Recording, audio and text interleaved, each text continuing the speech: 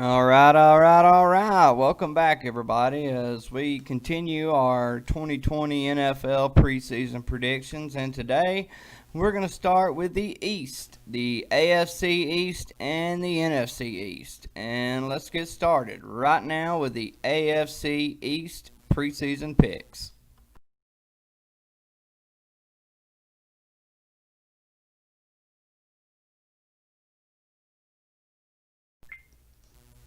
All right, so coming in at number 4 in the AFC East, we've got the Miami Dolphins.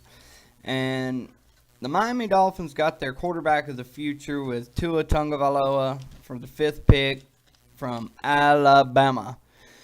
Now, Tua might need time to heal coming off the hip dislocation. Miami, of course, knew this. Of course, with the virus, the plague, no preseason. Not really going to know what he's got going into 2020, how healthy he might be. So it's pretty much going to be Fitzpatrick's team, which is a smart move for 2020. You don't want to risk Tua's health. At least I wouldn't if I was Dolphins coach. Just to be on the safe side, why would you risk your future? Even if Tua was healthy, this isn't going to be a team that would be competing for more than likely even a playoff position. So why not just let him rest, heal, learn the offense, which Tua's a competitor. He doesn't want to sit on the bench, but still. Let him know who's in control. Rest, let him heal. Like I said, I hate to be repetitive, but still. Let him know who's the player, who's the coach. Let him know what's best for him. Get some high picks in next year's draft. Get some talent around him and build for the future. That's the best thing for the Miami Dolphins in the future. And 2020, hopefully it'll just be a afterthought and a bright future for this franchise. But like I said, 2020, not going to be a good memory for Dolphins fans. And I think most of them have come to that realization. So we have the Dolphins finishing 3-13 and finishing 4th in the AFC West.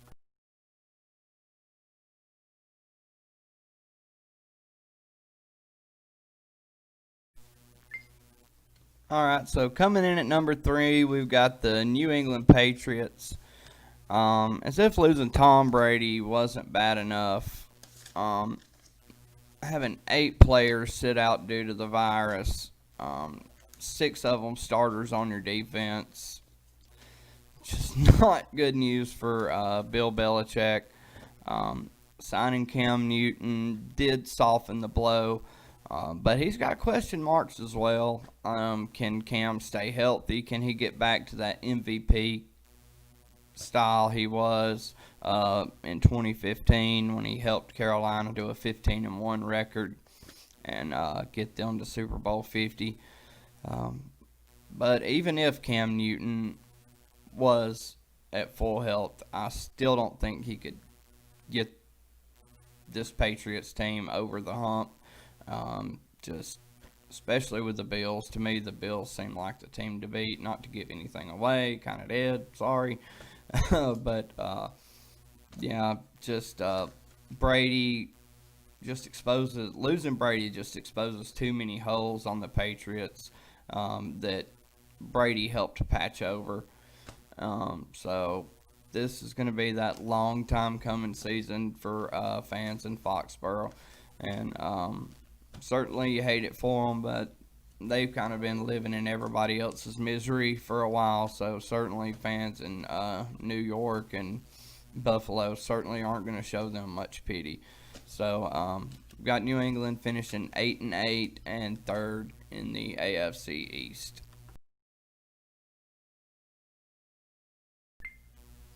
All right, and in second place in the AFC East, we've got the New York Jets, Jets.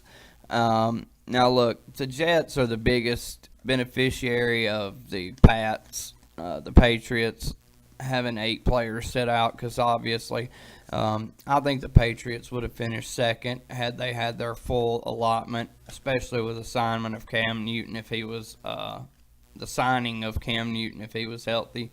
Um, but with the loss of Dante Hightower and just too much for the Patriots to overcome. This on top of the fact that the Jets have a pretty good team from what everybody's hearing from Jets camp, that Sam Darnold just seems the game is slowed down for him. The offense seems to be moving a lot real well. So some real good things coming out of Jets camp.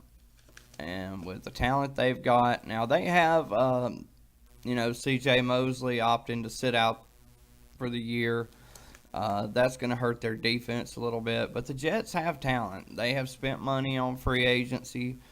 So they definitely have a chance. I don't think they're going to get in the playoffs, anything like that. They could be knocking on the door, but knocking on the door and getting in the playoffs are two different things. I do think Sam Darnold will be one of the more improved quarterbacks this year, along with the Jets' offense. But I don't think it'll be enough to win the division or get into the postseason. But it will be an improvement, and finishing second place for them should be a pretty good achievement. And finishing with above 500 record should be something to look forward to, and for them to be able to build upon in the future. So I've got the Jets finishing 9-7 and second in the AFC East.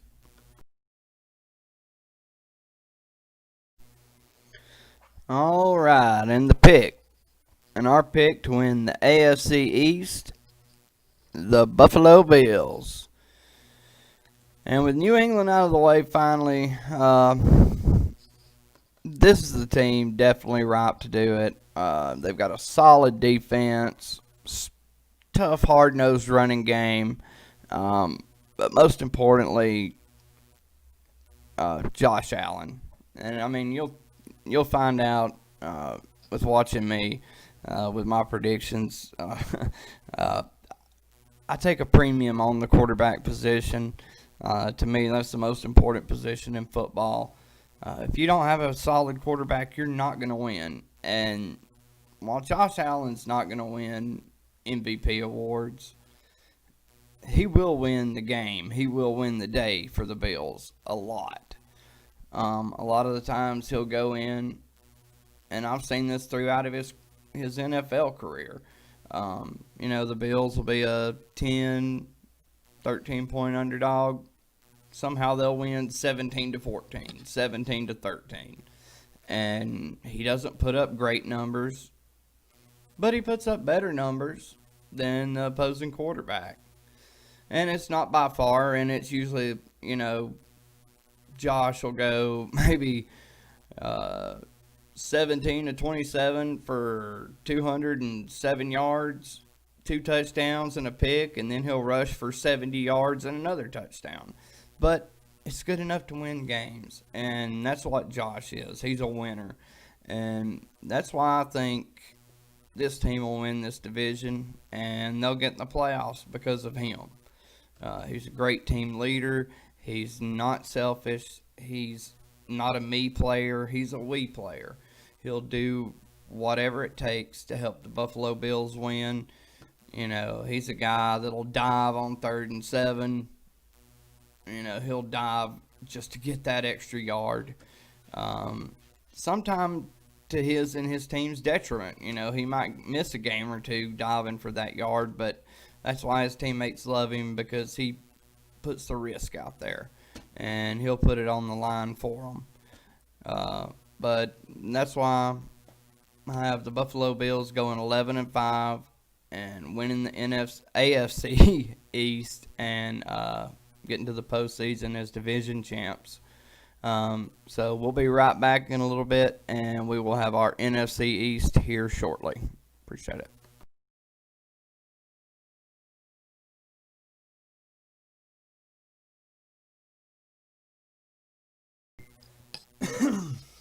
And coming in at 4th place in the NFC East, the team formerly known as the Washington Redskins, now the Washington football team. And in Ron Rivera's first year, excuse me, he's got some really more questions than answers. Do you keep going with Dwayne Haskins as Gruden, brought him in last year, and just let the poor kid take a beating? Um, or do you bring in Alex Smith, let him start, finish out the rest of his career, and let Haskins learn from him? Or do you just roll with Haskins? That's something he's got to answer. He's got to figure out. Washington should have some sneaky hidden talent there, especially on the defense. Um, I don't think they're as bad as the numbers they've put out. I think they've just had bad coaching. So, we'll see. Ron Rivera is definitely a good coach. He had some very good teams in Carolina, and we'll see what he can do with the Washington football team. But in his first year, don't expect a lot, especially he's going to sort out the winners from the losers, and that usually takes some time. So, with all the controversy, everything going on, we figure it's going to be a tough year for the Washington football team, and it'll be a 3-13 and a fourth place finish.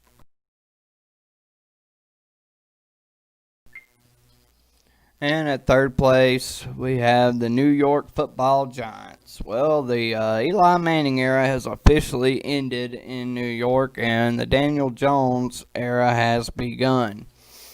And with star running back Saquon Barkley in the backfield and other young stars on the offense, they're just going to need some time to grow and gel together, and they should be a powerful unit. The only problem is that they've got two very good teams ahead of them that don't need time to grow. They are fully healed, fully grown. Just they don't need any growth, and that's the biggest problem in New York is that the teams in front of them are just ready-made to win, and New York just needs some time to put a couple more pieces in place and growth. So just get Daniel Jones out there, build some chemistry with him and the players that they've got, get a couple more talented receivers. Just 2020 is not going to be that year. So let's just see if they can develop him into something like Eli Manning was or something better than Eli was. That's going to be his biggest burden. Can he live up to the Manning that he's replacing? So it's going to be kind of a rough year. We've got the Giants going 7-9 and finishing third place. But this is a young team, so as long as everybody's just patient with them, I know that's a big ask for New York fans, but still. So 7-9, third place for the Giants. And in second place in the NFC East, we've got the Philadelphia Eagles. Carson Wentz and Doug Peterson have had amazing starts to their Eagles careers, bringing the Eagles their first Super Bowl championship in franchise history, especially Doug Peterson. Carson Wentz, he's had a little bit more tragic start. Obviously, 2017 started off great. Him getting hurt and Foles coming in, winning the Super Bowl as the backup. I mean, Cinderella story for Foles, but kind of put a dent in Wentz's legacy a little bit. But he's really responded well, and he's handled it about as well as anybody could have. And I think as he continues to grow, he helped lead the Eagles to the division title last year, and they're going to be a great team this year, I believe. With Zach Ertz at tight end, the weapons they have at receiver, the defensive weapons they have. Philadelphia is locked and loaded. Um, they're going to be. It's going to come down to me. The division's going to come down to 2 games at Dallas and at home versus Dallas. Those 2 games are going to decide the division and how lucky we are to get to watch those games. Um, Obviously, by Philadelphia being second in the division, you see how that lines up or how I believe they'll go. But I believe Philly will still get in the playoffs as a wild card team at 10-6. This is going to be a fun team to watch this year. So that's where we have Philadelphia at 10-6 and as a wild card team.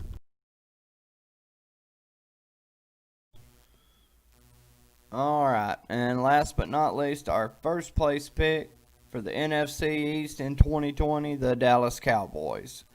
And the reason we've got the Dallas Cowboys number 1 is the firing of Jason Garrett and the hiring of Andy McCarthy. uh, Probably the best move Jerry Jones has made in a long time. On top of that, you've got Dak Prescott back for at least one more year with Zeke Elliott, Amari Cooper. You draft CeeDee Lamb.